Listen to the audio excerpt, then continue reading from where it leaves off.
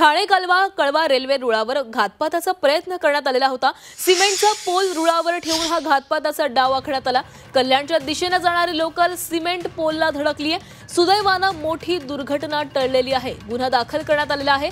मध्य रेल्वेच्या धीम्या मार्गावरील ठाणे कळवा स्थानकादरम्यान बुधवारी रेल्वे रुळावर सिमेंटचा खांब ठेवण्यात आला होता, अशी माहिती समोर आली आहे। या प्रकरणी ठाणे रेल्वे लोहमार्ग पोलीस ठाण्यामध्ये गुन्हा दाखल करण्यात आलाय।